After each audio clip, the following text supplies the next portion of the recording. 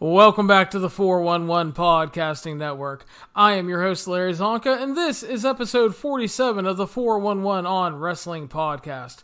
You can follow us on iTunes, Stitcher, Spotify, Google Play, YouTube, and of course the 411mania.com website. Please make sure to subscribe, share the show around on social media, and if you have a chance, please leave us a 5-star review on iTunes. Joining me today is my regular co-host, Jeremy Lambert. Jeremy, how are you?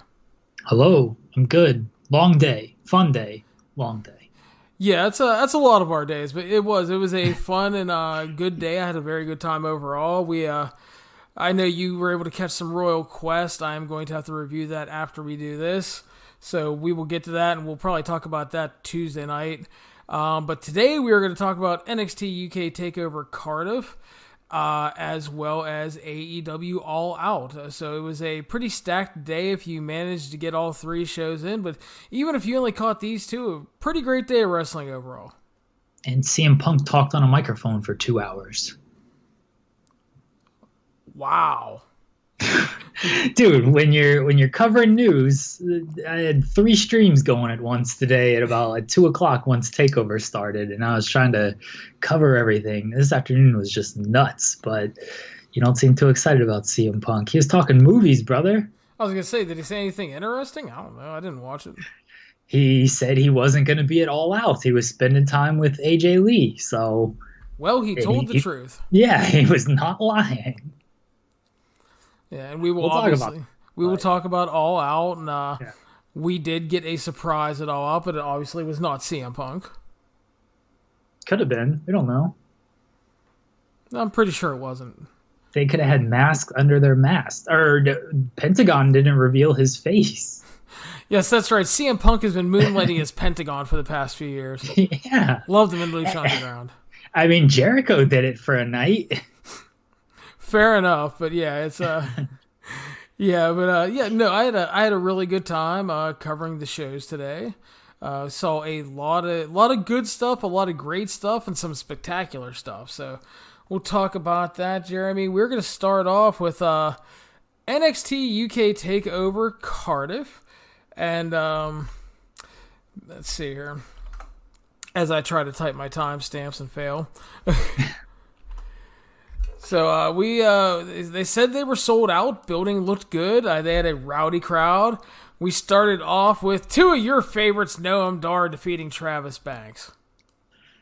First off, this crowd ruled. I mean, they were more than excited. Like, they were into this show start to finish. And I'm sure we'll mention them more later on. But man, this crowd was they were red hot for everything. And it made this show so much better. And it was already a really good show.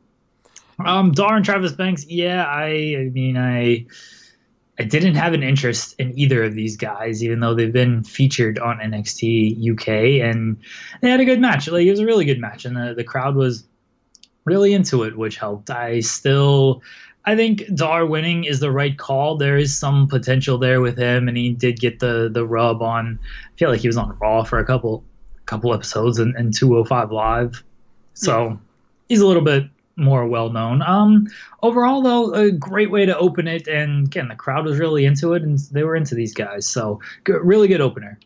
Yeah, I thought it was very good. The crowd was really invested into everything, like you said, and that lasted throughout the night.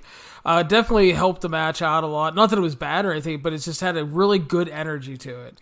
It's always amazing. We talk about that. It's amazing how much a crowd can affect a show, because you can be watching a good wrestling match, but if there's no noise and no crowd reaction, which is something I've complained about on some of the Impact Twitch shows, like when they do specials and stuff, they just poorly mic the crowd. And then I hear reports from people that are like, well, the crowd was loud all night. Well, tell Impact to fucking mic it better, I'm like, that's great that you guys were rowdy all night. But if I can't hear it, I can't, it doesn't help me out. But really great crowd for it. Very good match. Dar won in 14 minutes. Slightly surprising, but this was kind of a toss-up. I thought Banks may win, but looks like they're going to roll with Dar as a heel here for a little bit, and not the worst call they can make. No, not at all. Dar is fine. I actually think that Chris Jericho did more promotion for him than anybody, because Jericho talked about what a big fan of Noam Dar he is. And I was like, oh, okay, well, that makes me a little bit more interested in him. So good job, Chris Jericho. Thank you, Chris Jericho. And then something we were looking forward to very much, Jeremy. Yeah. Cesaro was backstage, was ready for his open challenge, and Ilya Dragunov answered that challenge. So we had a battle of European grapplers here. Again, this crowd fucking ruled. They had I thought, a great match. 12 and a half minutes. It was exactly what you want to see from Cesaro. Like, all the stuff we talk about, like, we saw glimpses of it, like when he was facing Joe the other week. The Aleister Black match a while back was great also. But it's like, the Cesaro, we don't get to see that often. So he was just, first of all, he looked like he was having the time of his fucking life. He looked so excited to be there. This ruled so much. I love Cesaro. This man is awesome. I know he's in kind of the twilight of his career. I mean, if he's on the Jericho run, he's got 10 more years left. But for overall, his prime, physical prime, even though he still looks and acts like in great shape and he's a freak of nature, technically speaking, or I guess realistically speaking, he's past his supposed physical prime of a normal human being, although he's not normal. He rules so much, and Ilya is. Like, that was the guy I mentioned on the preview podcast. Like, why wasn't this guy on the show? He made perfect sense to come out here and wrestle Cesaro. Like, Devlin would have made sense, but, you know, Devlin lost to Balor, so you don't want to just have him keep losing to these WWE guys. You know, Ilya gets a rub here from just being in the ring against him. And even though he lost, like, he was competitive against Cesaro. And so this is great. I really hope Cesaro stays in NXT UK. Like, they got the tapings tomorrow. That's 3-4 weeks of television right there. You can use them. Fly him over there for the tapings. You're only doing tapings like once every other month anyway. So I hope he actually stays and gets a good run, and he can still be on Raw or SmackDown or wherever as well. Yeah, I completely agree. But yeah, this was great. A good, hard-hitting, competitive match where Cesaro just felt like such a star in front of that crowd. They loved everything he did. Dragunov lost absolutely nothing here. As you said, he was extremely competitive. And as we talked about in the preview podcast, man, this Cesaro NXT UK potential run has just so much potential, because you have these singles matches you can do. Like you said, you brought up Devlin. Devlin's another great name. There's a lot of guys he can work with. You could always do the tag run with Ono. There's a lot to do here. But yeah, this crowd loved it. They were into everything. And then post match, he teased attacking Dragunov, but it was just a tease. They shared an embrace, and the European lads were proud of their work. Yeah. I don't know. I don't know what to say. I hope Cesaro gets the run. That's it. Because, like, seeing him in front of this crowd, and he'll help move tickets to these tapings as well, because he is a star, and he certainly came off like a huge star on this one. So I'm all for Cesaro team him up with Ono one night, and let's make this happen. Exactly. Yeah, I am all in on this run because, like I said, he looked like he was having the time of his life, felt re-energized. The guy can obviously still go, as we've seen. Like, talked about the Aleister Black match on pay-per-view, which I really enjoyed.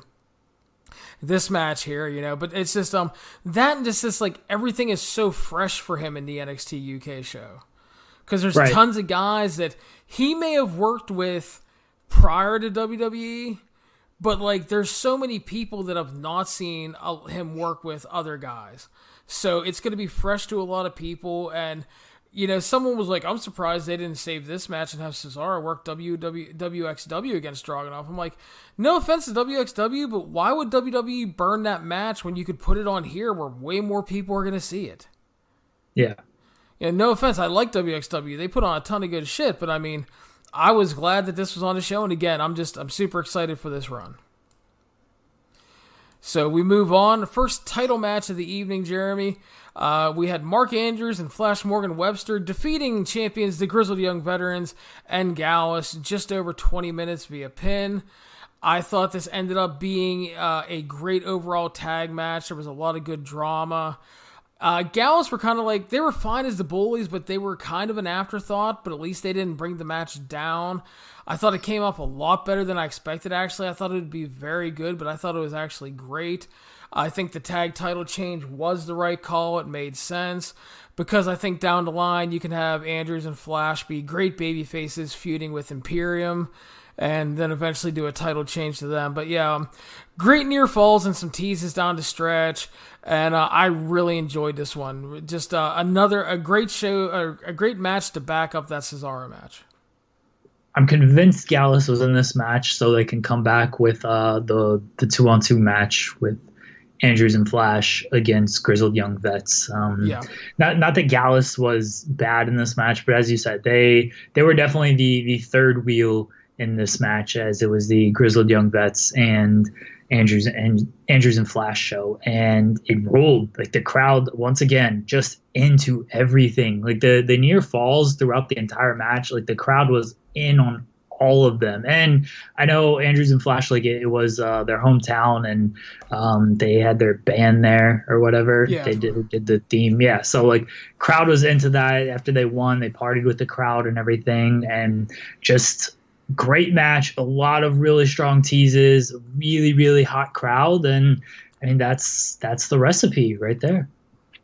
Yeah, and again, it ended up like a lot better than I thought, because I thought, like I said, I thought it would be very good, but it just that crowd amped it up. The closing stretch was great, really good near falls and teases. So yeah, really, really good stuff. They all delivered, and Andrews and Flash are a great babyface tag team. Yeah, they're really strong, and they're doing the tapings again from today, by the time everyone listens to this, in front of essentially the same crowd. So they'll be super over at the tapings. That'll come across really well on television and stuff. So this is definitely a good move. Yeah, so I'm excited for a rematch with the Grizzled Young Vets, because I think they can have a great match with them too, just without a third wheel in there. We moved on. Last man standing match. Joe Coffey defeated Mastiff just over 16 minutes. Jeremy, I go to you first. The rope broke immediately. I don't think that was planned. It looked cool. It was definitely like a holy shit moment, because you're not expecting the ring rope, the top rope, to immediately break in the match. They did well to work around that. Unfortunately, it was a lot of like brawling in the crowd and stuff, and so it made it. I'm not a huge fan of crowd brawling. Like, they can do cool spots, and they did here falling off of stuff, and they did like the jousting spot and stuff. So they did some really cool stuff around it. It's just, the problem is, like, only half the crowd, not even like a fourth of the crowd, can see it, and so you essentially take out 3/4 of the crowd because they can't see shit. So what are they cheering for? They're basically reacting to reactions. And the last man standing stipulation, I said it on the preview, not a big fan of it. It was whatever for this match. The finish was flat, because these finishes are always, for the most part, flat. Like, the crowd is just like, oh, okay, like, that's it, it's over. But a fun brawl, and a good job after the top rope broke, if that wasn't the plan. Yeah, there's a ton of people that I saw were convinced that it was gimmick to break, and if it was, fine. And if not, like you said, I agree, they improvised around it well. I saw a lot of people were like, well, it obviously was planned, because Mastiff just right away started using it. It's like, well, very good professional wrestlers can, like, improvise really well. So, I mean, I wouldn't, I'm sure he's been in a match where the rope is broken. Tons of guys talk about that all the time. But even if it was planned, I mean, yeah, it worked okay. But I do agree, yeah, a little flat with so much crowd brawling. But thankfully, the crowd was very polite, because like a U.S. crowd would have started chanting, "We can't see shit." Yeah. So, but they stayed into it pretty well. And we talked about this too in the preview, and you mentioned it. Last man standing matches can be really hit and miss, because you don't have the near falls. Oftentimes, like, the ref just counts for no reason, and it's like, gets really fucking tedious. But I thought it was good overall, hard hitting plunder brawl. But yeah, that finish was flat, because WWE especially likes to get so cute with last man standing finishes. They did a big fall spot off the pre-show set through a table, And they do the struggle to their feet spot, and Mastiff is pulling himself up on one of those production boxes on wheels, and Joe Coffey kicked it out from under him and won. Okay, that was kind of cute, but flat. Yeah.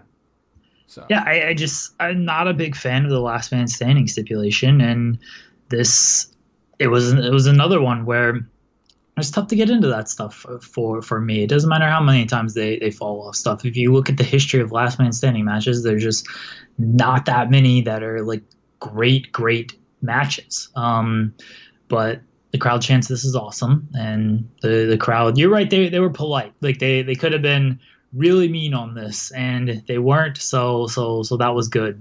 This crowd, they should tape everything in front of this crowd. It should be the new Full Sail. Yeah, they were really great.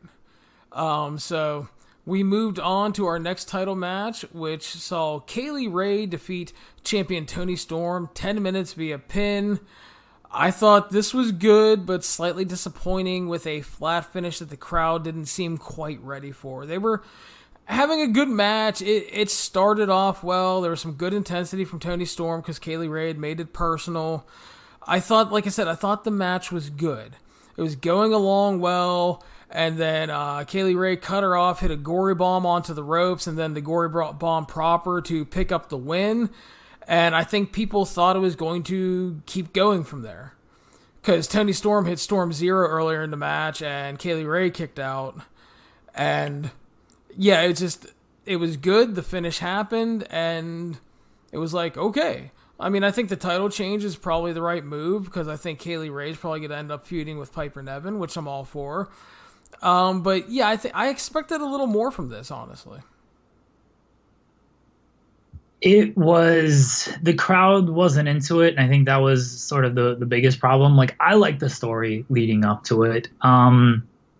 The actual match, I didn't think there was anything wrong with it, technically. Like, the work was good, but the crowd just wasn't into it, and then it was, like, really short. So they didn't, like, build anything. It's like, okay, 3 gory bombs, and one was cool where she slang her off the ropes, and then it was, like, over. And it's like, oh, okay. And Toni Storm, I like her. Some of the facial expressions she was making, I don't know, didn't, like, seem to fit, because I feel like she should have come with more fire. Instead, she let everything get to her, and maybe that's where they set up the rematch. But I don't know. I wasn't a fan of, like, just Toni's body language in this match.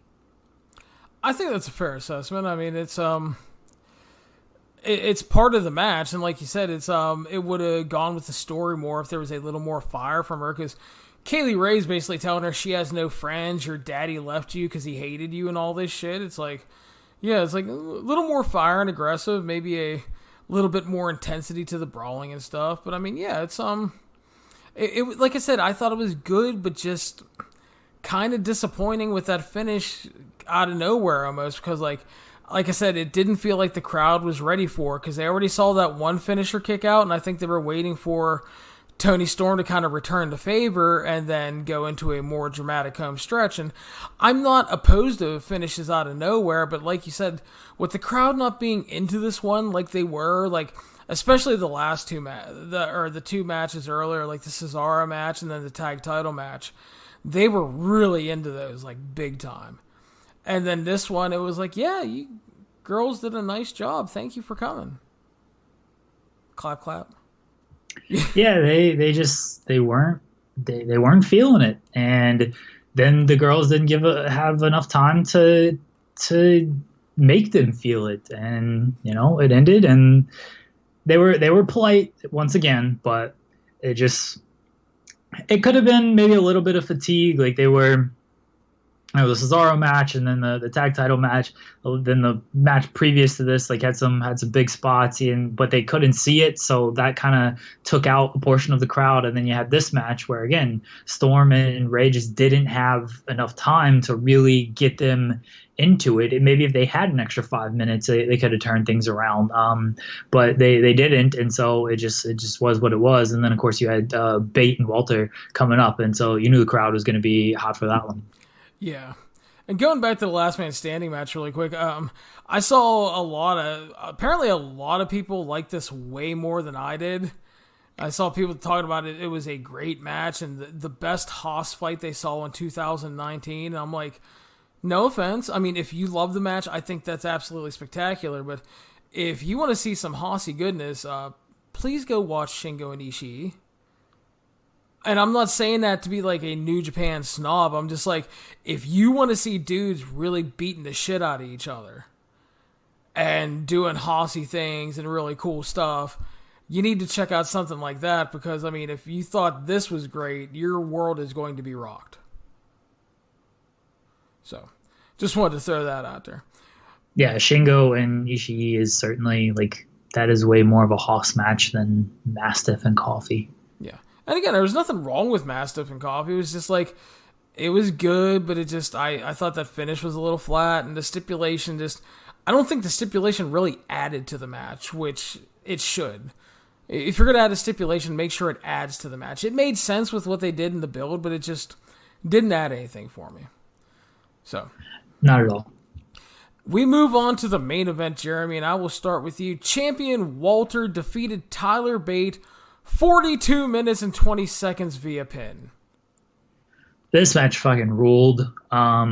Just so good. I told you this is going to be the match of the weekend. And for me it was. And I didn't go out on a limb there, but there were a lot of great matches this weekend on paper, and I still had confidence that Bate and Walter was going to be the match of the weekend. I think it was. I don't know what you felt, but I certainly think it was the match of the weekend.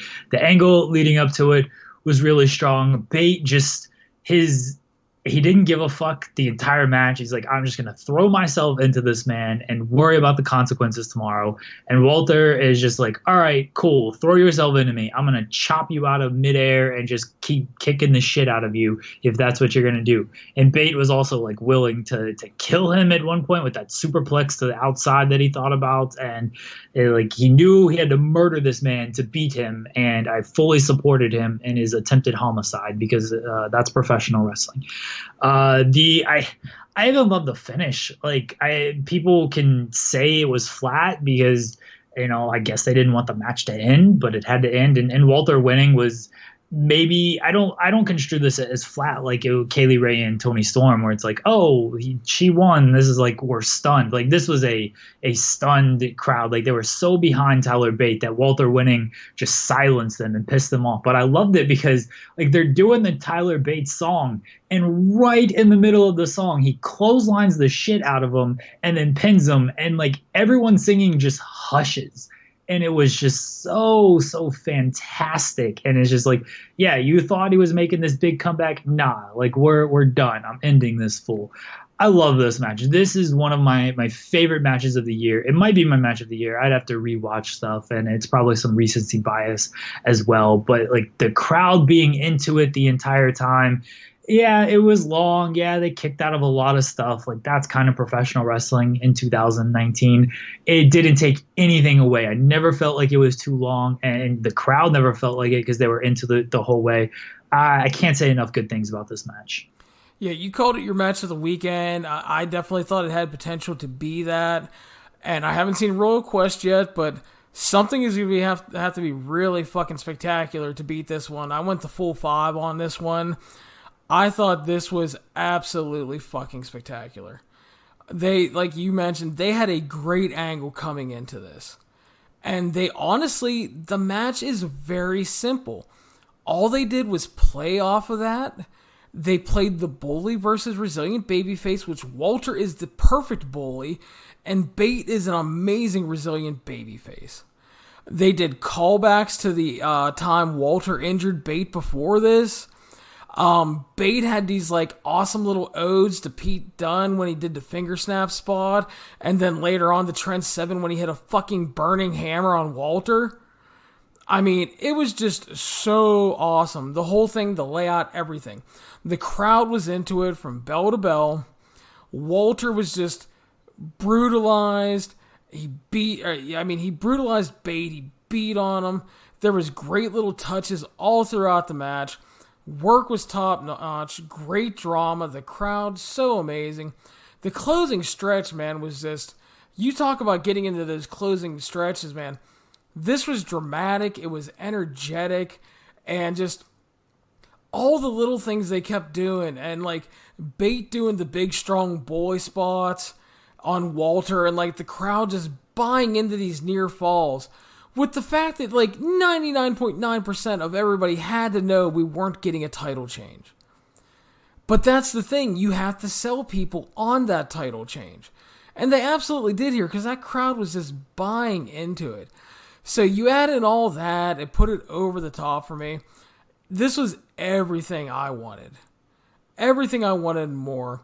Definitely a match of the year contender. You said it might be your match of the year. It's definitely up there. It's easy top 5, maybe top 3. Absolutely love this. Was it long? Yes. Did they kick out of a lot of shit? Yes, but again, they were telling the resiliency story of Tyler Bate, him trying to come back and get revenge for Walter and his douchebag friends taking out him and his friends. So I absolutely love this. And like you said, the finish was so good because Walter was just like so pissed off at the end. And he fucking hits like a half and half on the apron, hits a top rope splash, only gets 2. Hits another half and half, Bate kicks out again. Walter just starts slapping the shit out of him, power bombs him, and Tyler Bate does the big fucking fighting spirit kick out at 1. Walter's shocked, and then like you said, they start singing the Tyler Bate song. He hits chops and then just decapitates this poor lad with a lariat to put him away. And the crowd was like so loud, and it was like, fuck, he lost. And that was great. That wasn't flat. That was like, you son of a bitch, we were trying to rally him and you fucked it up. You know, so yeah, I absolutely love this. So it might end up being my match of the weekend. I have to watch Royal Quest still, but yeah, something's going to be at the really spectacular to get close to this and match it.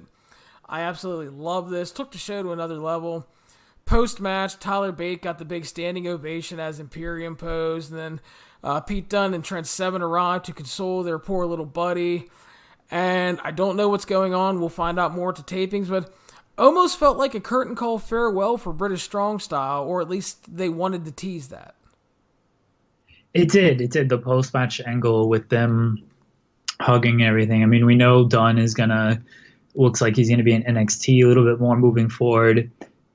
Bate, he could certainly fill in on any roster.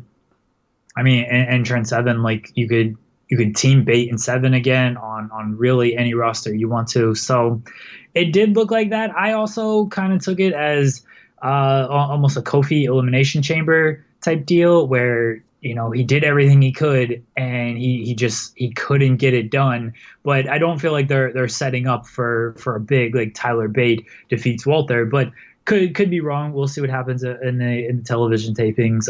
But either way, it wasn't like a big post-match angle that you're used to, but there was a lot of different subtleties that they could go in different directions with if they choose to, and if guys, whether they stick around or whether they're going elsewhere, like if it was a send-off or if it sets up a Bate, you know, coming back and trying to be stronger with the help of his friends because they're back in his corner now, then we'll see. But there's some subtleties there that they could take it in any direction they really want to. Yeah, and I think that's a good way to end the show, too, because it's leaving you guessing. Are they leaving? Is it going to be a redemption story? Because, like, now you have to start playing the game of, like, who is going to be the one to unseat Walter? I mean, who is it going to be? Who are going to be his next challengers? You know, stuff like that. So there's a lot of stuff to play with there, which I think is a good way to end the show. And overall, I thought TakeOver Cardiff was a pretty fucking great show. Tremendous success, and I thought it was a vast improvement over the first TakeOver back in January. Thought Cesaro came off like a big star. The title changes made sense. Ton of quality wrestling, and the main event was just a classic. And I understand that not everybody has all the time like I do, because this is my job, to watch all these shows. And I understand if you haven't followed NXT UK on a weekly basis. Perfectly understand that. But if you haven't, I would make the time to watch this show because they had good video packages. You'll be up to date on everything. You'll be fine. And you'll probably walk away loving it and maybe wanting to give the brand a chance because this was a really great show.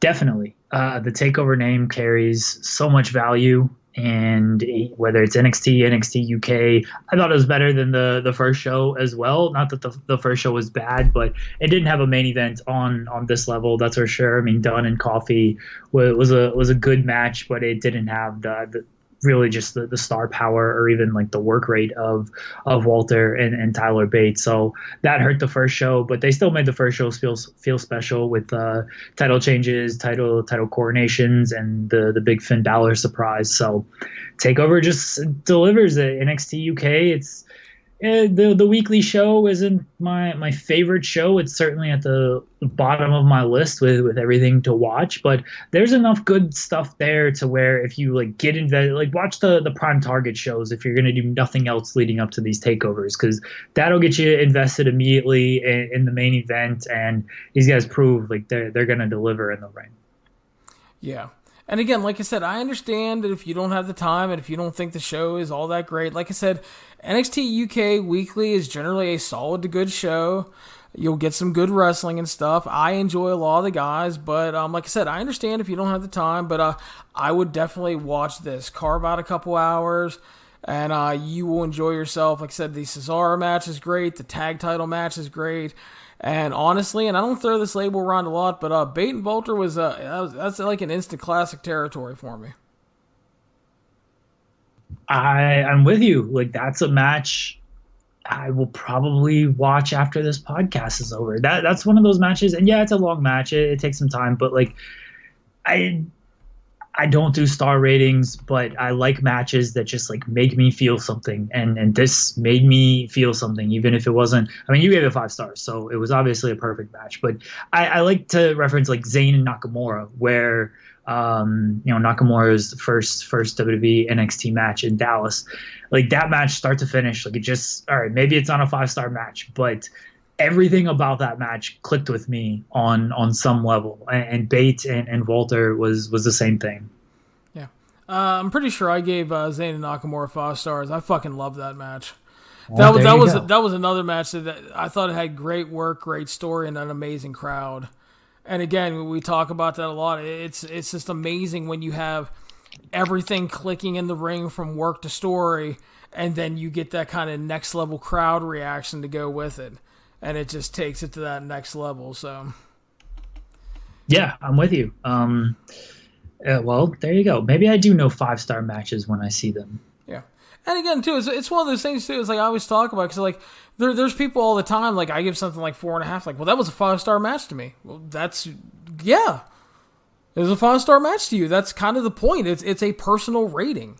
My rating is not a fucking gospel, man. I mean, if you think something's 5 stars, it's 5 stars. You think something sucked, it sucked. I mean, that's just kind of how it works, man. Don't, like, apologize. Like, I'm sorry, I disagree with your rating. Don't apologize for that. I mean, just don't be an asshole about it is all I ask. But, I mean, shit, man, if you think something's 5 stars, like I said, it goes back to that last Man Standing match. I know a lot of people thought that was great. And again, that's really cool. I'm glad you enjoyed it, because that's all that really matters at the end of the day. I mean, just fucking enjoy wrestling, man. That's the shit. So, but yeah, Jeremy. CM Punk said that during his interview. Well then, geez. I guess it's okay then. Everyone looks up to this man, from what I've been told. Oh, really? I did not know that. Fans are still chanting his name years later when he's said, I have no desire to come back to wrestling. Fans are like, we're still going to chant for CM Punk. This man is a hero in this business. Hero to the people, huh? Yeah, the voice of the voiceless. He's telling you cheer for everybody. CM Punk he's solved the war. He's ended the war already. Well, goddamn, he's a fucking genius then. We can cancel our podcast because of CM Punk. Fuck that. So anyway, we will now move on. AEW All Out 2019 from Chicagoland area. Big crowd again in Chicago. Looked great. They were rowdy most of the time. Fell off a little down the stretch. We'll talk about that later. The buy-in special had 2 matches. We started with the Women's Casino Battle Royale, with the winner earning their way into the first AEW Women's Championship match on AEW TV. We had, let's see, Nyla Rose, Leva Bates, Fabi Apache from AAA, Priscilla Kelly, and Shonda Royale starting things off.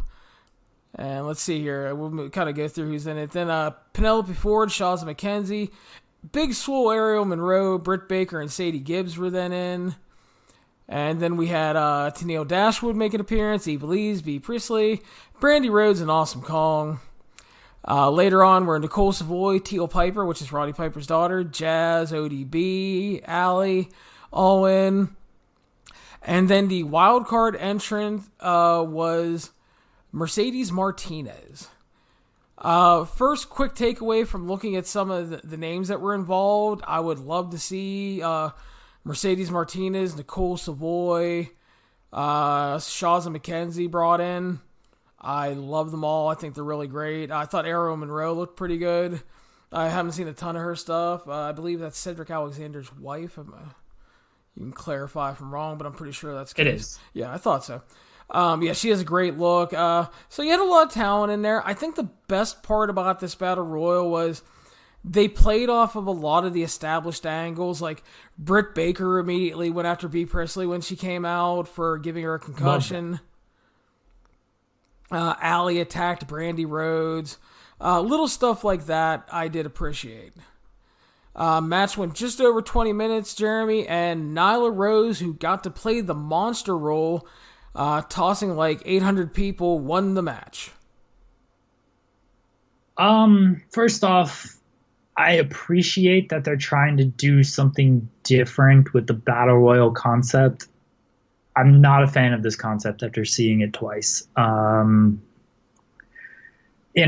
in 5 at a time, you kind of lessen the pop for some people. Like, listen to the pop Mercedes Martinez got because she was a big surprise. And it's like, oh, like you could get that every other entrant or something if you have these surprises. But bringing them out 5 at a time, you just sort of you take away from people. And I understand you want to speed things up, and so you want to do like partial Royal Rumble, partial Battle Royal. So I get it in that sense, but figure out your timing better. You use less people, or just have entrances for the people you want to get a pop for or something, because I just don't like the concept overall. Nyla Rose winning.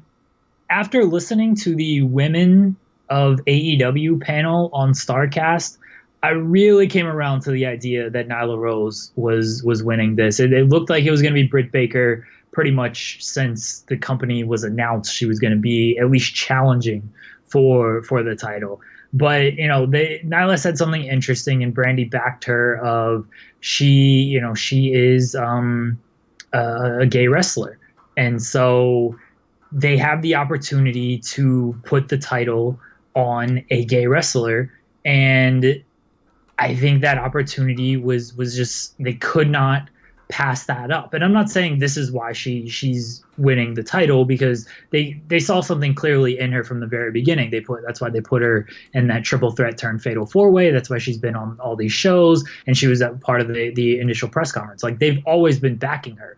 But that is a very good look for the company that they can promote. And let's be honest, like, they're a wrestling company. They're going to promote this stuff. Any PR in this instance is good PR when it's something like this. WWE does it all the time. Like, you'd be kind of foolish as a company not to like push this really hard if you have the opportunity. And this is an instance where, much like Kofi Kingston, much like the women main eventing WrestleMania, it's not a forced thing. It's just happening. You could tell it was going to happen, and it works out well for all involved.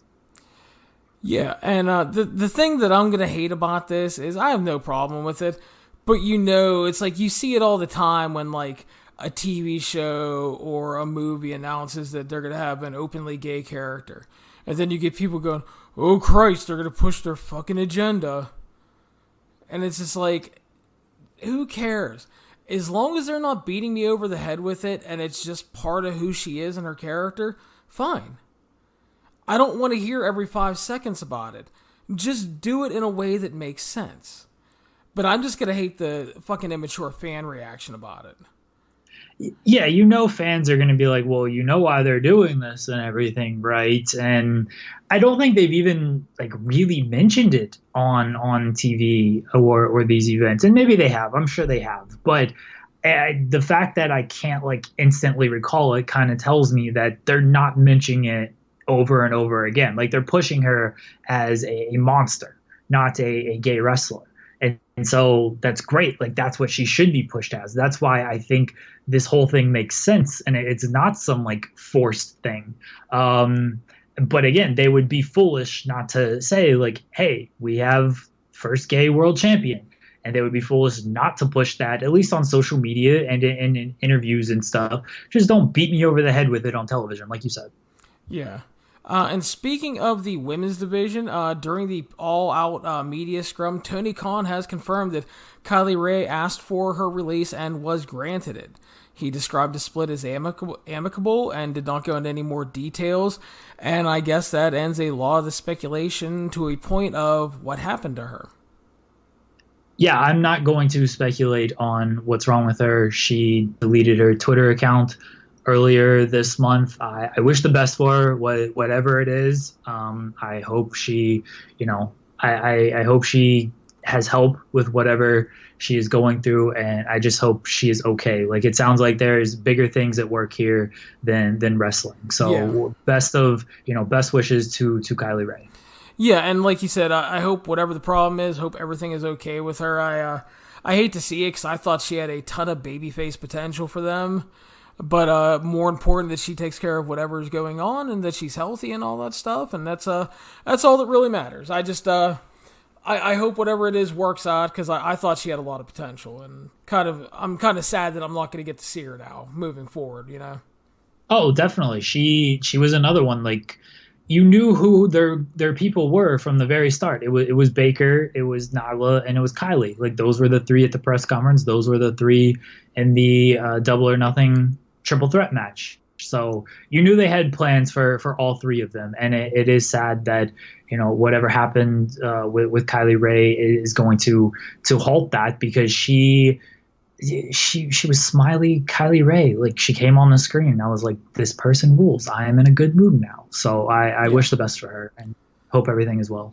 And I'm with you on the overall gimmick of the Casino Royale. It's I like the fact that they were trying to do something different. I always appreciate that. I like themes on the Royal Rumble. Like I love the Aztec Warfare. I like when Impact has always done like Gauntlet for the Gold, to where you do like Royal Rumble entrance and then the final two face off in a match. So I'd rather them do something like that, to where it's just like 10 or 15 people.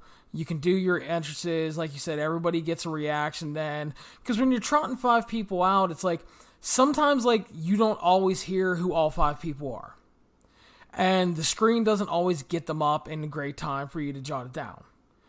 And then, like you said, it lessens the general reaction that you get in like a Gauntlet or Royal Rumble style match.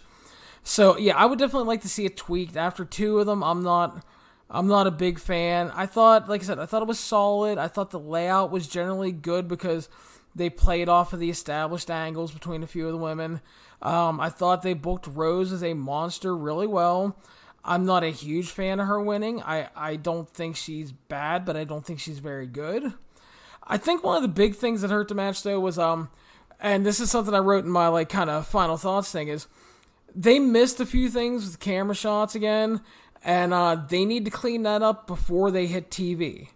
And it wasn't like it was all show long, but there were a few times where there was a couple things, and I'm like, you got to get that. You got to get that clean. You got to get shots so people know what is going on. And but yeah, that has to be locked in better for TV. Yeah, I'm with you on that. There was some missed stuff here in a big way, and it happens. It's going to continue to happen. It's certainly something you would like to clean up, but in battle royals, it's tough. And I'm with you on the 5 at a time thing. Like the announcer, it sounded at one point like Justin Roberts wasn't sure who the hell was coming down. And then like you see them on a quick entrance, and that's when you miss stuff in the ring. So you've got to hold on the entrances longer because you have people coming out and stuff. Like they missed the Joker entrance. Like the when Mercedes Martinez came out, the camera should have been right there before she stepped through onto the stage, because you could hear the reaction and you're like, oh shit, okay, who is it? Like the camera should have been on her almost immediately. Not almost immediately. Like it should have been on her before she even stepped out onto the stage. I don't know if they're gonna really do this thing again. Maybe they will, just to get more people on these shows. But I get why they did it at Double or Nothing in here, because you had a lot of wrestlers. You're trying to have somebody for the first world title matches. And so this was your way to do it. Like you no longer have that issue unless you introduce a secondary title, and then we don't need to see this gimmick again. Like if for a secondary title, do something else. So I don't know if they're gonna like really continue this Casino Battle Royale thing. Yeah, I kind of hope they don't. If they do, you need to tweak it and do some other stuff to it. It's just and don't be afraid of like doing some things that are kind of already done. Again, I appreciate the fact that you're trying to do something different, but you also have to take stock in to see if it's really working or not. And I don't think it really is. I don't think that the matches have been bad. They've been okay. But again, I mean, I'm looking for a little more than okay. So. We continue on with the buy-in. Jeremy. Private Party defeated Jack Evans and Angelico 11.5 minutes. In my opinion, I thought it was exactly what it needed to be. A really good sprint. Private Party got the win. They continue to get over. The crowd loves them, and they're going to be a really good babyface act. I'm already all about Private Party. I think they're a great moves team. And I don't mean that in a disparaging way, because that's what, the Young Bucks were a great moves team, and then they became better tag team wrestlers. So I'm sure Private Party the Young Bucks see a lot in Private Party. That's probably why they want to wrestle them on the first show or the first tournament match, and will probably want to keep on wrestling them. I'm a big fan of Private Party. Their moves look, they chain things together really well. I think it was Marquand who hit that shooting star press, which was the most gorgeous shooting star press I've ever seen. Oh, it was pretty, dude. Yeah, these guys they're good, and I'm into them. They didn't kick out of too much. They kicked out of maybe a little bit, but it wasn't overdone for me, and I'm in on Private Party. They're awesome. Yeah, I mean there were some kickouts that I know some people probably won't like, but it wasn't over the top with it. And like you said in the preview, with it being the pre-show match, it's okay for it to be really good and have a lot of fun shit, but you don't want to go overboard before the main card even starts. So Private Party picks up the big win heading into their tag team tournament match with the Young Bucks. And post-match, Evans and Angelico are officially heels now because they attacked Private Party and tried to take out the knee of young Quinn there. And I like that they did the heel turn to establish some more dynamics in the division. Agreed. It felt almost a little bit like, all right, let's get the heat back type of thing. But you do need to draw some lines with who people are supposed to cheer for, with heels and faces in all divisions, not just the tag team division. But the tag team division is certainly one that could use the help, because really the only heel team you have is, I guess, Dark Order, and they're only a heel team because fans just don't like the gimmick. Yeah. But and I think the heel turn made sense too, because they just lost again. That was their third loss in a row, and they're fucking pissed. They should be. Well, they should get into the gym instead of, being salty losers. Yeah.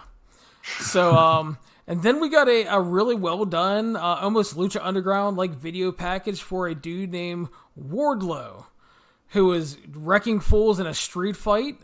Looked like a big jacked up dude, and I've never seen this dude, so it'll be interesting to see what we get with him. I don't know who this guy is. I thought the video package was great. I thought the entire pre-show was really good. Like, this was the first pre-show where you got some good matches. You had a match with some stakes in it with the Casino Battle Royale, and you did video package stuff. You introduced Wardlow. You did a big video package on Jericho and Hangman, which is your main event. So that's what you should be doing. And then you gave the announcers 5 minutes to like run down the whole card and really sell you. I would have liked to see, a backstage promo. I think MJF had one, which was good. Always give that guy mic time. But I would have liked to see maybe another video package, maybe another backstage promo thrown in there. But overall, this was certainly their best pre-show, where I didn't get any librarians bullshit outside of the battle royale, which was actually a cool spot. And it didn't last long either, because Leva Bates was eliminated early. So yeah, exactly. So they did a cool spot, and then they got the fuck out of there. And you sold me, or you tried to sell me. I was already buying it, but you sold people on this show. So good job on the pre-show here. You spoke about the announcers getting like 5 minutes for like the final hard sell, and I agree that was a good thing, but I also thought that was like the best on camera they've done. Like shooting to them for an extended amount of time on camera. I thought Golden Boy did really good. Jim Ross in that go home pay-per-view cell role was always good, and Excalibur was great all night long. I would have liked to see some graphics for that. Like they did it in the opening, they ran down the card and then they had the graphics. Like instead they just kept shooting to the crowd, and it's like, okay, I get the crowd is full. I get the worst thing that ever happened to professional wrestling is not Joey Ryan's dick. It's Ms. Girl, because they cut to this lady and, she's got her angry face on. And ever since then, they've been trying to find angry Ms. Girl every single time they go for a reaction shot. And they did it once with Undertaker guy, and that's it. But every company wants to do this now with let's cut to the crowd reaction here and try to, trend with a facial expression. Stupid. Yeah, it's, it is really weird. So pay-per-view started off, we got the national anthem, and then SCU arrived. And Jeremy, I don't know if you know this, but this was in fact the worst town they have ever been in. They were back. They didn't like it last year either. That's right. So they kicked off the show facing the newly named Jurassic Express, which is Jungle Boy, Marco Stunt, and the fucking Luchasaurus, who's awesome. Love the Luchasaurus. Yeah. So anyway, SCU ended up defeating the Jurassic Express, 11 minutes, 50 seconds via pin. I go to you for your thoughts first. SCU is perfect as your opening act. They come out, the crowd's into their pre-match promo and the whole, singing SCU and doing the worst town thing. And then they're three veterans who can really wrestle any style. And we've seen that now with the matches they've been in. And most of AEW's roster is on the fairly athletic side. So, but SCU, even Christopher Daniels can keep up with these guys. So it's just tough and they've been together for so long. They've got plenty of chemistry. It's just tough for them to have a bad match. The crowd's always going to be into it. It's perfect. Luchasaurus, and Marco Stunt and Jungle Boy, or Jungle Jack Perry, I guess he is now, according to Jim Ross. I don't know if they're Dinosaur Express or if they're another boy and his dinosaur, because the graphics team and Justin Roberts were not on the same page with that. Either way, great 6-man match. Yeah, Luchasaurus is awesome. My only complaint about this, and this is completely just me watching too much reality TV, he was on Big Brother 17, which was, and he cheated on his girlfriend, and Zingbot, the girl on the show's name was Liz, and Zingbot is like, well, which member of Austin's family are you looking forward to meeting the most? His mom, his dad, or his girlfriend? And he looked like he was about to cry and break down right then and there, and I cannot get that memory out of my head when I see him. That was a pretty fucking great moment, though. I do remember that. Yeah. But I know why they can't use it, but I was calling them Land of the Lost before they got a name, but obviously that's going to be copyright issues, so I get that. But no, I mean I like that trio. I thought it was a very good opener. Like we said, they didn't go too crazy, but everybody got time to shine. Everything they did was over. Crowd was great for this. SCU and the rule of the veterans that can work with anybody and that are constantly over plays just extremely well in an opening match setting. Because they're not going to fuck up. They're going to work great. They're going to make everybody look good. Crowd is into it. Jurassic Express, or whatever the hell they're going to be called, I think they're a great act. I think they have a ton of merchandising possibilities as well. I thought Luchasaurus ruled in this match. He was really great and just a lot of fun too. Yeah, it was good way to open the show. JR's starting of, we'll talk about him.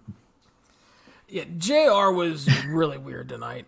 He has some hang-ups, and his hang-up in this one was the referee, and the referee just burying the referee for just missing everything. See, this is like shit he would do during New Japan commentary too that bothered the fuck out of me. It's like, listen, man, I get that you're an old man fucking set in your ways. And I get that you were regarded at one point as like the greatest announcer in wrestling history, which I was on that bandwagon. But your fucking job is to sell what's going on in the ring, not bitch about whatever your hang up is. Not fucking bitch during the Cracker Barrel clash about the stupid shit you think guys are doing.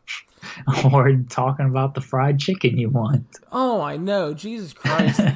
He said something later on about, oh, what the fuck was it? It was something like, oh, goddamn. Oh, he said something about Johnny Walker, and I'm like, yeah, I'm sure he was real familiar with that before the match.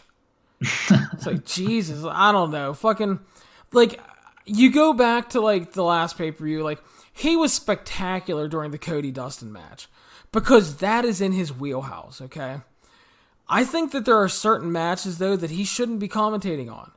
Like the Cracker Barrel Classic or a match where guys, quote-unquote, do stupid things. Because all he's going to do is fucking bury it. And that's not his job. Put the match over. I mean, Jesus Christ. I mean, you know, you talk about guys, quote-unquote, doing stupid shit. Go back to all the goddamn TLC matches he called. You had Jim Ross calling those today, and he's just like, God damn, these kids are stupid. It's like, fuck off, man. But yeah, that annoyed the shit out of me. I have more complaints when we get to a different match. But yeah, he wasn't good in this match. Awesome. Next up, super early in the show, which was surprising, was Kenny Omega versus Pac. Or Pac, actually, apparently is the correct pronunciation now, according to the English folk on Twitter. Apparently it's Pac, and Pac has been laughing for years that people call him Pac, so it's Pac. Anyway, Pac ended It's still Pac. Yeah, whatever. Anyway, fuck what you want, bastard. That's right. Anyway, he defeated Kenny Omega. 23 minutes and 30 seconds via referee stoppage using his brutalizer submission. I thought it was a great match. Thought the layout was really good. Had a strong home stretch. Was surprised that Pac won. I really did love that finish, though. I like referee stoppages and stuff like that. I think they can be used really well. I thought it came off really well, and it looks like, I guess we're going to build to a Kenny Omega redemption arc, since he failed against Jericho, and now he failed here. And I would assume with the win that Pac is in for the long haul. I need Kenny Omega coming out with like a Kota Ibushi doll or something. I need Emo Omega, like we got Emo Okada after he lost the title. Dye your hair, come out with a balloon, come out with Kota's face pasted onto it. Yeah. Come out with a video game controller or something. Like, don't straighten your hair, maybe. Like, you're just like, too bored or too like don't care enough to even like curl it, or I don't know. I need Emo Omega here if they're gonna do this. They've really been pushing that too, and I haven't bought it of like, oh, he's in a funk and everything. It's like, all right, he's 1-1 in singles matches, but this loss kind of hammers that point home a little bit more. They tried to do the whole always thinking about Moxley type thing, and that makes sense on some level, because I mean, we've watched enough UFC. Guys pull out of fights, and then the guy taking the fight on short notice might end up winning because it's a completely opponent change. Especially, you can sell Pac as being on the level of a Jon Moxley. As far as the match goes, very good. It was always going to be very good. It's tough for these two to have a bad match. Thought they left something on the table here, and I'm not even mad at that, because it just means great, do it again and have an even better match. Love the finish. I'm with you. Love stoppage finishes. So I thought that was really good. They've got, my only big complaint is they got to push that railing back, or they got to do those spots the entrance way, because someone's gonna snap an ankle or some shit on the railing there. Yeah, I totally agree with that. I get what they were going for, because a lot of dives seem really contrived when they're always at the entrance. So I get what they were doing with that. But this was a problem with TNA back in the early days at the Impact Zone. Like, AJ would be fucking hitting moonsaults to the floor or topes and shit, and always hitting his goddamn legs. And I was always afraid he was going to break a leg. And thank God he never did. But yeah, they need to move those guardrails back a good 5 feet at least. Yeah, I don't need to see guys breaking a leg, because Kenny hit a tope and hit his ankle. Pac then did a moonsault. I'm going to end up calling him Pac all the time. I don't care. He ended up doing a big moonsault to the floor and hit both of his goddamn ankles off the thing. And thankfully, it appears nobody got badly hurt because they carried on. But yeah, you need to fix that if you're gonna have guys doing that stuff. And it's not that they shouldn't be doing this stuff. It's just like, you know, if you want to have a little bit of safety in mind, we don't need snapped legs on pay-per-view or TV. Yeah, exactly. I'm not saying don't do this stuff. I'm saying eliminate part of the unnecessary risk, because guys bashing their legs against the railings is just, all right, I guess it adds to the effect, but like that shit's gonna hurt. And if you're doing it every week or even every pay-per-view, like, it adds up. It takes a toll. And as we said, at one point, it could be really bad. I've seen enough hockey to where guys go crashing into the goalposts, and those goalposts have a lot of give. Like, they come out of the ice and they move. Guys still snap legs on those goalposts. Yeah, and all you have to do is look back at ROH. That's how TK O'Ryan broke his leg. There you go. He fucking hit his leg off barricade, man, and that took him out for like 9 months or whatever, or however long he was out. So it's, yeah, I mean, it's a real thing, and I know some people were to say, like, we're not nitpicking the match. We're just saying that, like, for safety reasons, we don't want to see anybody get hurt. Back them up a little bit. That's all. Exactly. We moved on. We had the Cracker Barrel Clash, sponsored by Cracker Barrel and their delicious fried chicken, according to Jim Ross all match long. Jimmy Havoc defeated Joey Janela and Darby Allin in 15 minutes, or just over 15 minutes. This is a match that people are really going to love or really, really hate, because it was 15 minutes of exactly what you would expect from these three. It was wild and crazy. They were trying to kill each other. There was tons of plunder. There were table spots. There were thumbtacks. There were thumbtacks on the bottom of a skateboard that Darby Allin used. That was awesome. Yeah, they destroyed Cracker Barrels, quite literally, that were there. And yeah, so I mean, I thought it was good for what it was. I'm not super into a lot of these matches. I mean, I think they have to be really, really good for me to, like, really, really love and appreciate them. I mean, I thought it was good, though. The crowd was into it. They seemed to really enjoy it, which is the important thing. Jimmy Havoc picked up a win that he needed. And, yeah, the Cracker Barrel Clash, sponsored by Jim Ross's Love of Fried Chicken. Yeah, it's definitely a match that's going to divide the timeline. It's not my cup of tea. It's not something I want to see all the time, even though I watch GCW shows. But light tubes are a big thing where I just, no, get that shit out of here. And a lot of these matches are, set up the spot, do the spot, and then kind of move on, and that stuff can drag. This match didn't feel like that. It moved at a quick enough pace where I didn't feel like, all right, you can tell what we're setting up here, and now we're just, everybody stand around and catch this guy. So it's not my typical cup of tea, but at the same time, I did like this match because it did have a good pace to it. There was enough just kind of quick spot, not a whole lot of standing around. Darby Allin is going to die in the next year if he keeps doing this stuff. I know you try to make it as safe as possible.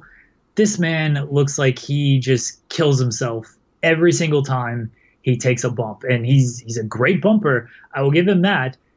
But he takes some insane fucking bumps, and I just don't know how much he has in him. Jimmy Havoc winning. I did like the tack skateboard spot though. That was awesome.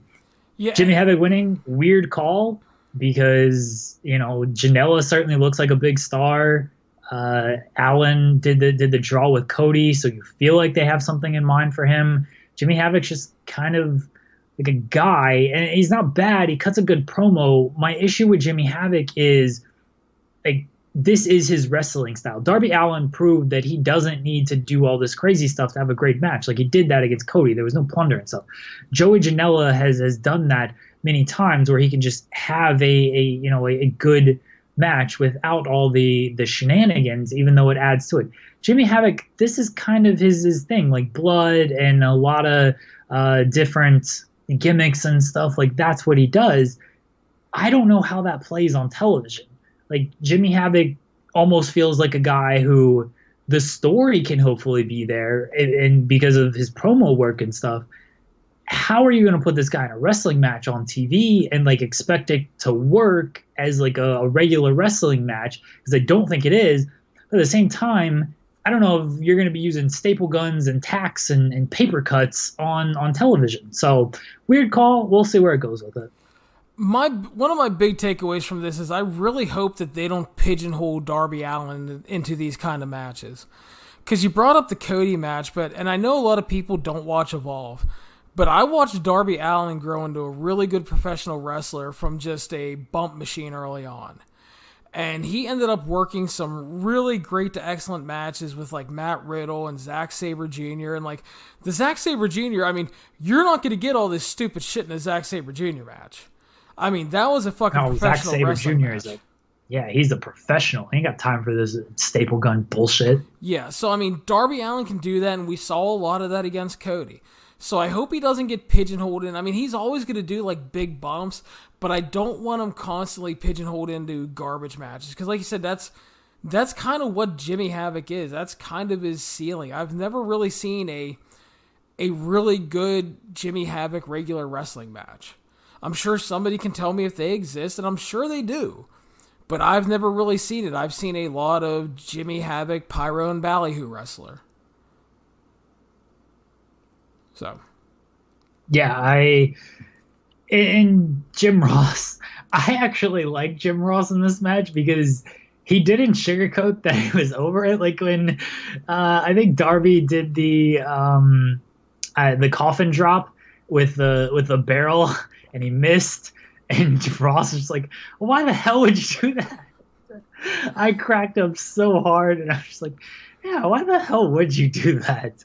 I like Jim Ross. It's not a good look for the matches. I totally get that. I find him more tolerable here than when he's like outright burying, how the referee is acting or how pinfalls are made and stuff. Like I thought it was just way more tolerable and just being like, a lot of this shit is stupid. Because let's be honest, a lot of the shit they did is stupid. Yeah. No, I did laugh at that one at least. I mean, that wasn't like burying the match. That's like a legit human emotion. Like, why the fuck would you do that? I mean, it did seem really stupid. Although the Crackle Barrel totally exploding on the steps did look great. It looked awesome. Really awesome. So, but yeah, I mean, if you're into this kind of thing, you probably absolutely loved it. No, a lot of people probably didn't. And again, that's fine. It's personal tasting. It's not my favorite thing. Thought it was good for what it was. But again, more importantly, live crowd really, really liked it. So, yeah. Moving on for our first round in the AEW Tag Title Tournament, the Dark Order defeated the Best Friends in just under 14 minutes via pin. I thought they had a good match. It had a nice layout. The problem is that the crowd is not into this Dark Order gimmick at all. They continue to underwhelm in terms of crowd reaction. They are a great team. And I've watched a ton of great matches with them, but this gimmick just, it feels like death. I don't think it's connecting at all. And then, like, I know they're heels, but the fucking finish just came off so flat because it breaks down at the end, the Creepers attacked, and then back in Dark Order hit their finish, and that was that. It's not a good gimmick. It's not working. I said it on the preview. I don't hate the gimmick. I think they can do some cool stuff with it. I don't think they've done that, and so like that's sort of the issue. Like I would like to see them kind of like go darker, honestly, and maybe, but the problem, you know what the gimmick kind of feels like right now, and this is the worst possible thing I could say because it's not even like a main event act. It's literally a tag team act. It's like Dungeon of Doom right now, and I mean Dungeon of Doom was part of the greatest match of all time, but that's the kind of level that it feels like right now, and I do think there was potential with that. They just made it hokey, and that's sort of what I feel like is happening here. There's potential. It just comes off hokey. Yeah, what's also really weird is like they're the Dark Order and they have all these creeper minions. And it's like you have this dude in a mask and he's Evil Uno. And his tag team partner is Stu. It's like, why? This is one of those times where I wish they would have WWE'd it and just called him like Grayson. Because at least then you can like be like, it's like Dick Grayson from the comics or some shit. But it's just like, his name is Stu. Evil Uno, the Creepers, and Stewart.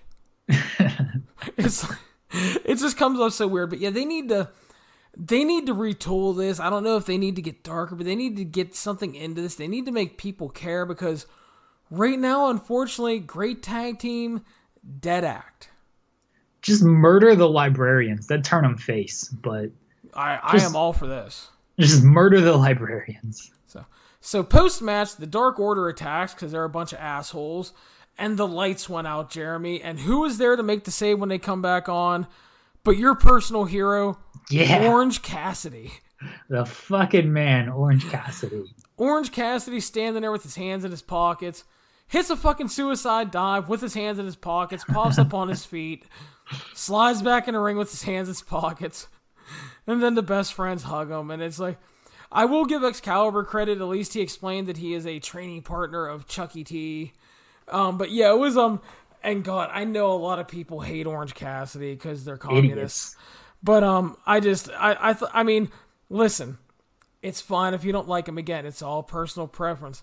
You're an idiot. The lights went out, and then the lights came on, and everybody saw it was Orange Cassidy. Dude got a pop. He got the biggest pop in this match.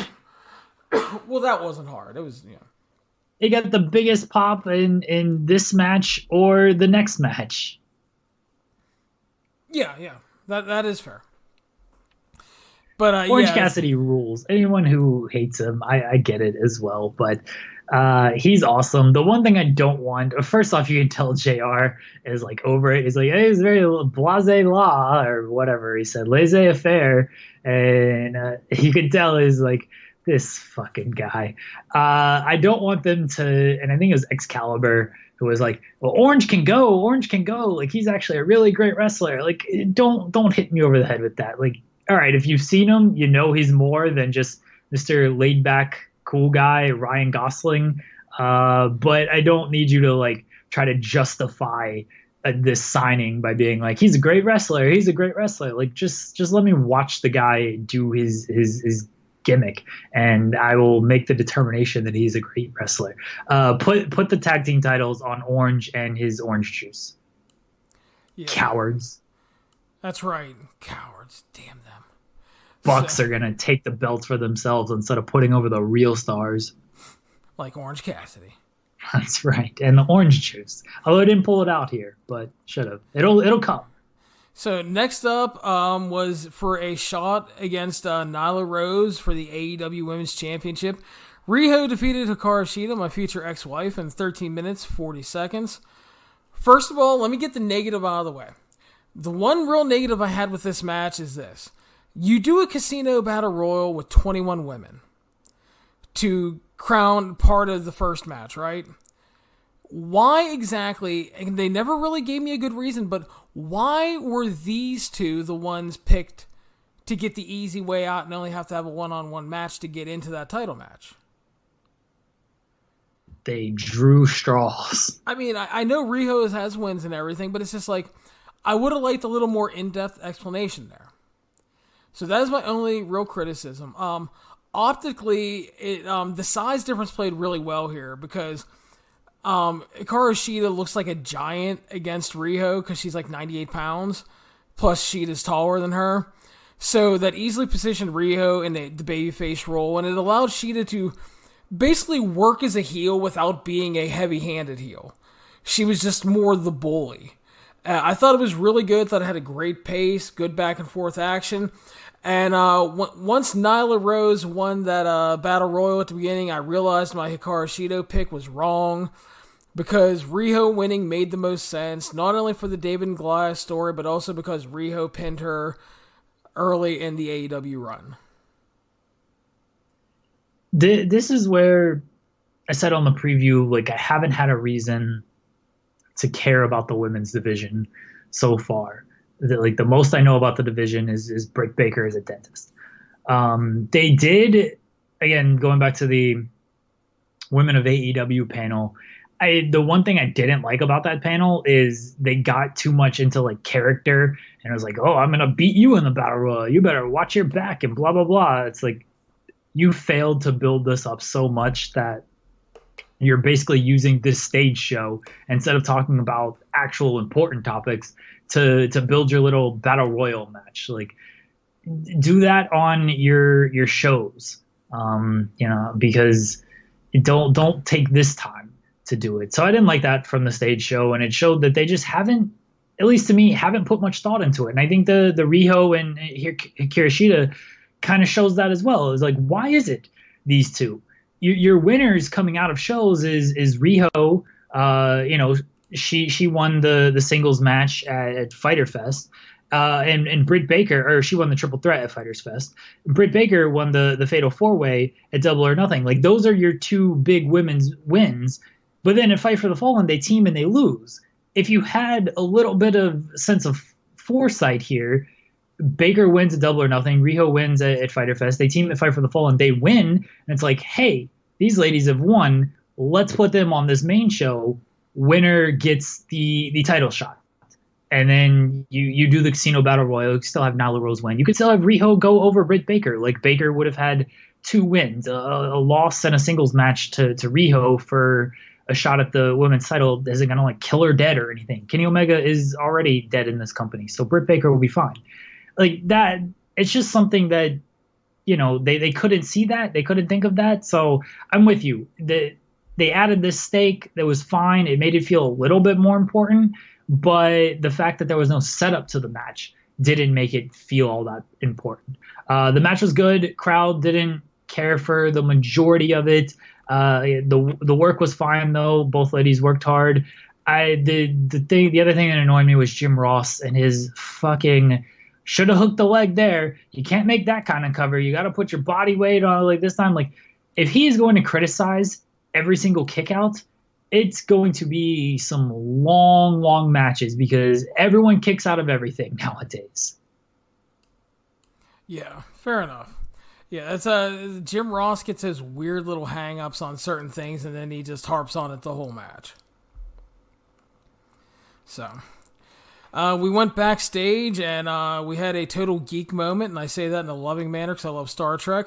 Brandy Rhodes was dressed as 7 of 9 from Star Trek Voyager, and then she was joined by DDP in Starfleet Red and MJF wearing the gold. They were with the dog as well, and they came out with Cody at first, and then obviously Cody was only allowed to have one person due to the contract stipulation, so he picked MJF. Tully Blanchard, of course, is out with Shawn Spears for the big grudge match, Jeremy. I thought I liked the start of this. Cody immediately hits suicide dive. They brawl, takes out Tully. Set the stage really good because obviously you had this whole thing. It's personal. Shawn Spears is offended. He lays out Cody with a chair. You can't start off with a fucking like crisp lockup. You know, I hate that. You had to set this off well or start it off well, and they did that. I liked a lot of what they did here really well. They had a great story heading into it. I thought they played off it well. I think Cody is actually much better in the babyface role where he's been right now. I thought Spears did really well as a heel. I thought the match layout was strong. I thought all the Tully stuff worked. I thought there was some really small hints and teases that MJF may turn. Like, they kept harping on him accidentally taking the ref and distracting him and stuff like that. So it breaks down at one point. Tully and MJF hit the ring. They're gonna fight, but Spears takes MJF out. They go to the floor, and then Arn Anderson arrives, Jeremy. Arn slides in the ring, fucking hits a spine buster on Shawn Spears to, like, the biggest pop of the night. It was great. And then Arn left. Tully followed him to the back. He was shocked. He was like, what the fuck are you doing? Spears got the chair, teased using it. Cody then teased using it. Then it ended up Cody hit a chair-assisted disaster kick and Crossroads to finish it in just over 19 minutes. I thought it was really good. I thought the story was well done. I don't know if it was a home run performance maybe that Spears needed, but I think it showed a lot of potential in what he could be, but I didn't like him losing here. I didn't think this did Shawn Spears any favors. His performance was fine, but by the end of it, he was the fifth guy, I remember. The sixth. He was the sixth guy, I remember. Pharaoh tops him. I felt so bad for that dog, putting him that close to the pyro. And then, Cody's like calling him, come on. Brandy's trying to like get him to go out there. And the dog is like, yo, fuck right off. Like, there's explosives 2 feet away from me. I am running away from this shit. So not a good call there. But, I remember that over anything Shawn Spears did. Then there's Cody, MJF, Tully, and Arn. Like, I thought all of them came off as a bigger deal than Shawn Spears. And in the end, he lost. So I don't have a reason to care about this guy. It's my same complaint that I had coming into it is it just feels like a WWE guy. Like, they're doing the story because the story is there, but Spears doesn't come off as like an actual star, and losing here, again, didn't do him any favors. On the contrary, Cody, we've talked about this guy plenty in our podcast, and we've talked about him not even on our podcast, just when we've been hanging out. Like, Cody's ROH and New Japan run, both of us were like, it was fine, but it was also a lot of times, like you said it, he brings a circus to talent. And to me, like, a lot of times he would come off as just like play wrestler. He's like, oh, I got to be over the top with my mannerisms because that's what the wrestling fans want. So like, I'm going to play wrestler here, but I'm not actually a wrestler.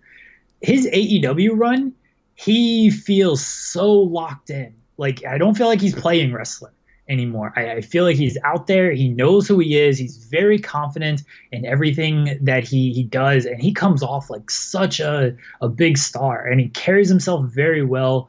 Like, I've been really impressed with Cody and everything he's done with AEW. Like, when he took the belt to the back and then he fired up and he took one right in the chest and the face, and then he just fucking kicked Shawn Spears in the face. I'm like, yeah, fucking Cody. I never thought I'd see this out of you. So big fan of what Cody is doing. Like the stuff with MJF. He was a star immediately with the Diamond Dallas Page teases. He'd be like, the Diamond upside down is a pussy stuff. Like, get out of here. And Tully was great. The pop Arn got was great. I don't know why Tully left. I get, okay, he wanted to see what was going on, but then he went through the wrong entrance ramp that Arn went to, so he made his journey tougher. That was weird to me. Otherwise, good match. Maybe really good. I thought it was just kind of good. Overbooked, but with a purpose. And my biggest complaint, and I'm not even sure if it's a complaint, it's just, it is what it is. Shawn Spears did not really, this was his chance, as we talked about, and not a good look for him. Yeah, the loss really hurts. I don't understand why they had him lose right now. I thought that was kind of the wrong call, but we'll see what happens. Maybe, and this is what I think people are almost missing, and I'm not saying this is specific to you. Maybe Shawn Spears like just is a mid-card guy. That's just who he is. I mean, that's who Cody said he is. He's a solid hand.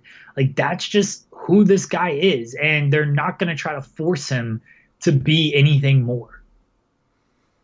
That's fair, but I don't think that you're going to like anoint him as like a super main event talent just because he beat Cody. So, but yeah, it's I do think you're right. I thought his performance was really good, but I do agree that he did not come off nearly as important as he should have. He did kind of fall behind everybody else.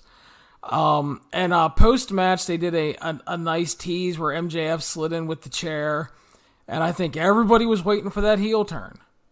Yeah. And he just, gave it to Cody, and they were best friends, and everything's okay for now. Yeah, everyone was waiting for the heel turn, and MJF is really good at subtly playing it. I'm glad they didn't do it here. Like, let this thing give it some time. There's a lot of mileage in the Cody and MJF friendship that I don't think they've even gotten into. And it definitely hasn't been exposed to the audience that they're going to have on TNT. It's just been sort of on television, definitely or sort of on the pay-per-views, definitely on the social media stuff. But there's a longer story there to where you don't need to burn it right away. So let that play. I had no problem with that. And if you're going to keep doing the subtle stuff, even better. Yeah, no, I completely agree with that. There was no need to do that because, you had Cody vanquish his foe, which that's the story, and that's fine, whatever. I don't know if it was the right call, but we'll see what happens. But the little teases and commentary constantly mentioning that he was quote-unquote accidentally, distracting the ref and hurting Cody inadvertently. And then when he gets in with the chair, people were waiting for it. So yeah, that's a story that you can play out for a while. No need to give it away here.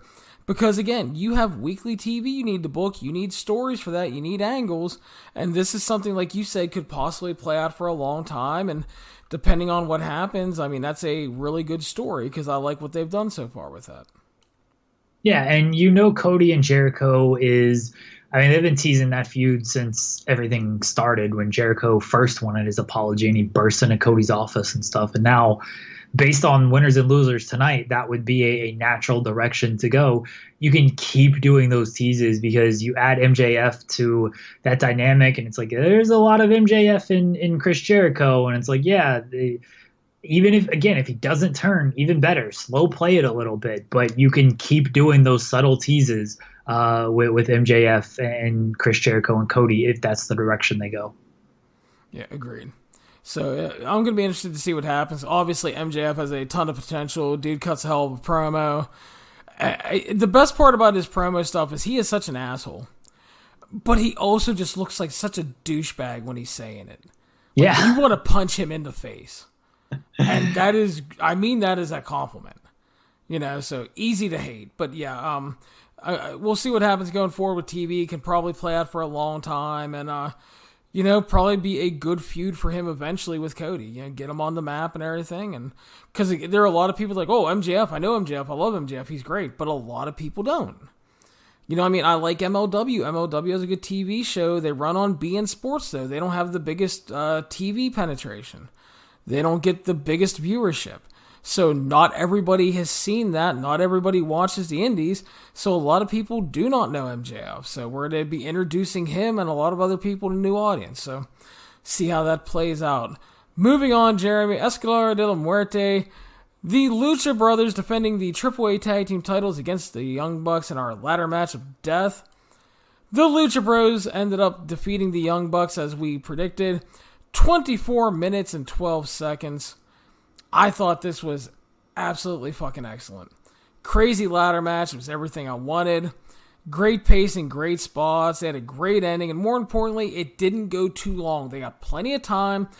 But there's a lot of times you see these matches and they do like this big holy shit spot like they did here. They did the double stomp power driver combo onto a ladder bridge.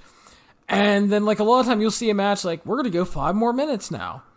Instead, that was the end. The Lucha Bros climbed the ladder. They retained their championships. Thought this absolutely delivered. I thought it was the best match on the show. Now, for me, the important thing is you need to keep these two teams away from each other for a while because while they've had great to excellent matches, we've already seen it now 3 times, multiple times, two straight-up matches, the trios match. Plus, they faced in AAA, if you've watched that. They need some space now, and they need to let it breathe. Yeah, I think Jim Ross said it was like the fifth time, maybe the sixth time, or Fifth time in Excalibur. 2019, yeah. Yeah, so that's, I mean, I realize we're 8, almost 9 months into the year. That's still a lot considering that there haven't been like that many AEW shows. There's only been 4, and they faced each other 5 times. And I know they've wrestled elsewhere, and that's part of the thing. But it just goes to show they've wrestled each other a lot.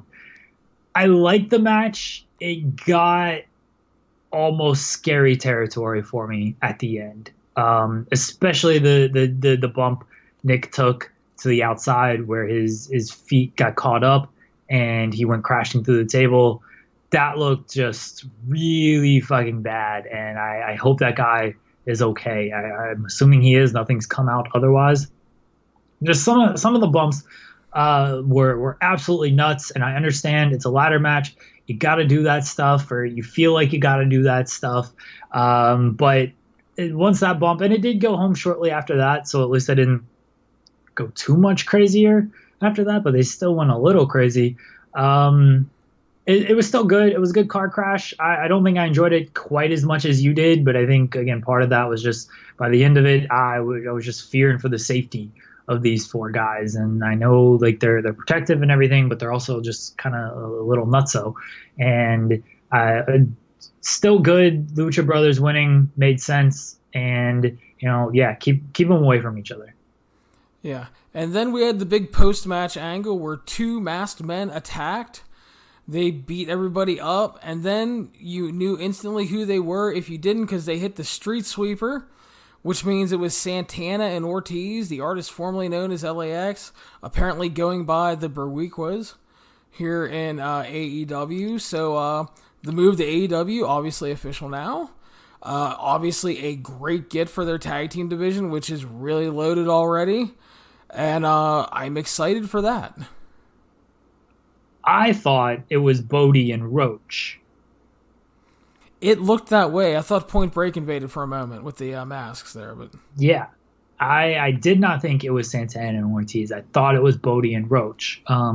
But cool that it was Santana and Ortiz. Love the post-match angle. I like that they came out in these masks because it was very Point Break, and I fucking love that movie. So I'm all for any Point Break references.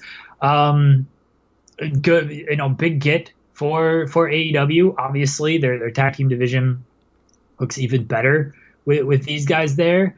Them attacking the Young Bucks like that really makes me believe that, okay, they're aligning themselves with Jericho for that first show. They're going to be the mystery partners, who I guess are no longer like the big mystery surprise.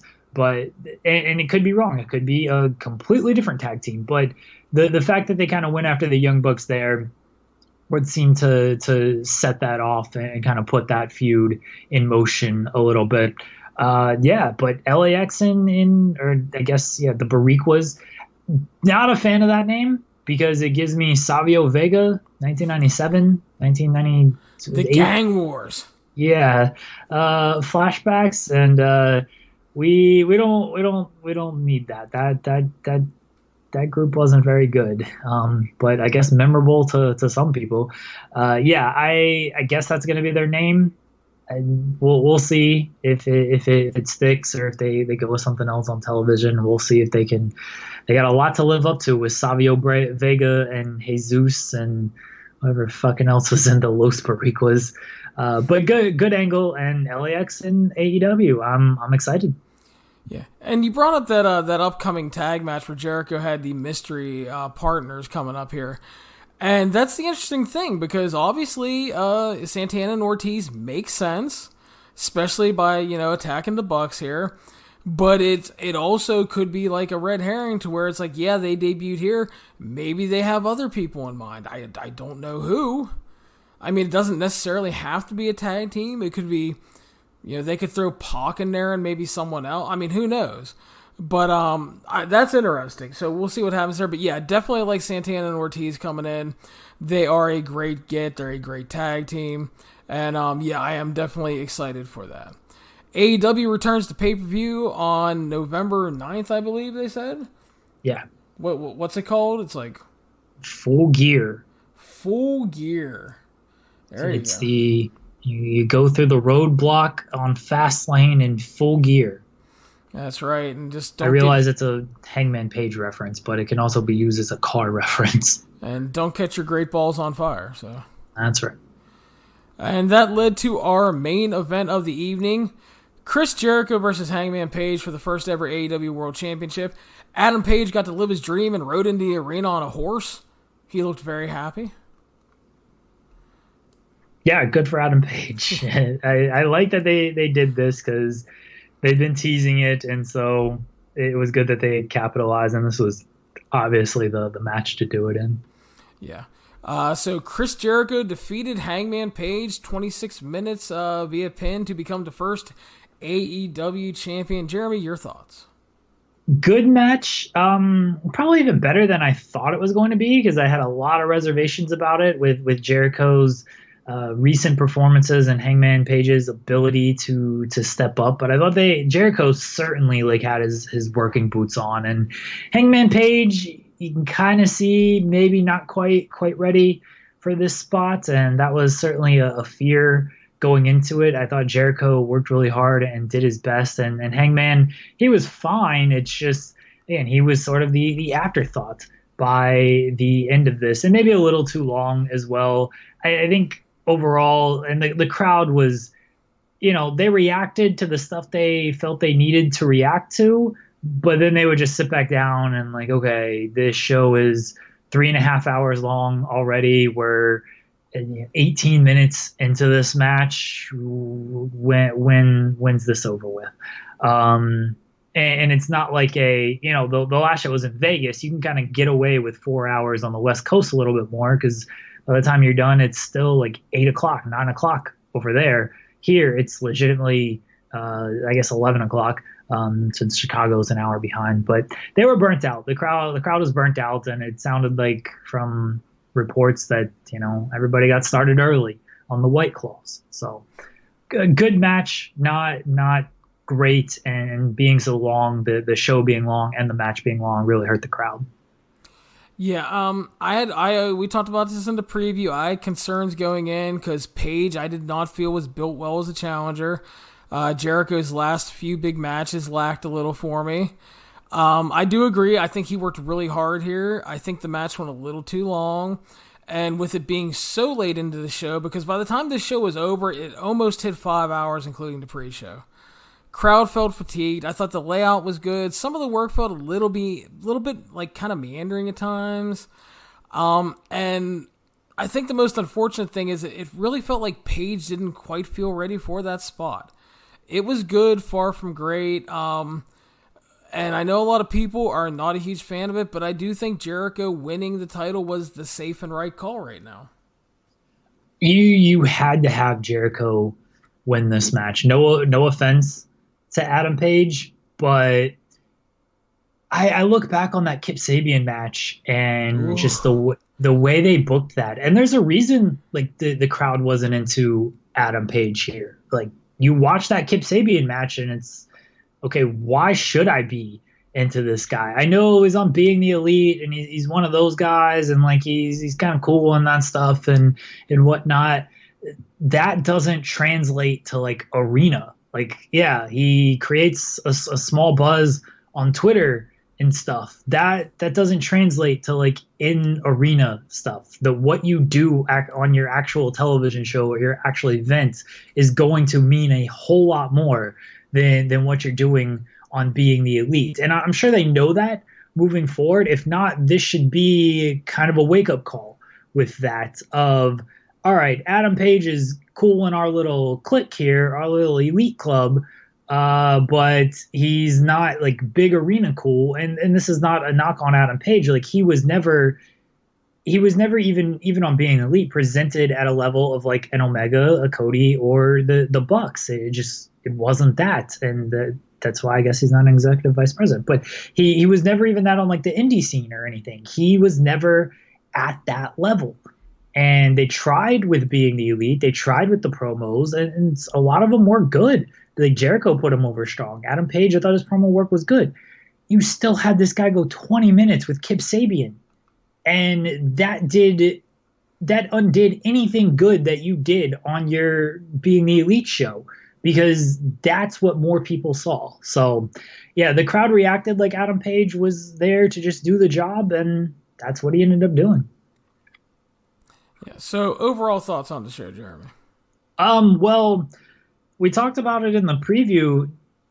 I didn't think they were going to close this show with Chris Jericho as the world champion. I thought it would be fine because like that's your biggest star, and that's your world champion. It's your first world champion. You want to make that meaningful. I get it. Cool. I thought they had something up their sleeve, and LAX was nice, but that wasn't your show closer, and they didn't have anything. And CM Punk, that was the rumor. Everyone tried to say it's not happening. Of course, people like me were like, well, the more you say it's not happening, it feels like it's going to happen. Because that's just, we're working, brother. That's wrestling. They didn't. They went with Jericho. And again, it's not a bad closing, but you can see it. I mean, we're 2 hours after the show and we're on social media. The buzz coming out of this show is not what it was after Double or Nothing, and it wasn't as good of a show as Double or Nothing. Like there, I don't think anything from this show topped Dustin and Cody, but you had that closer of Jon Moxley, and so the buzz on everything was huge. This, you didn't have that closer, and I wonder how that's going to, now you've got a month before television.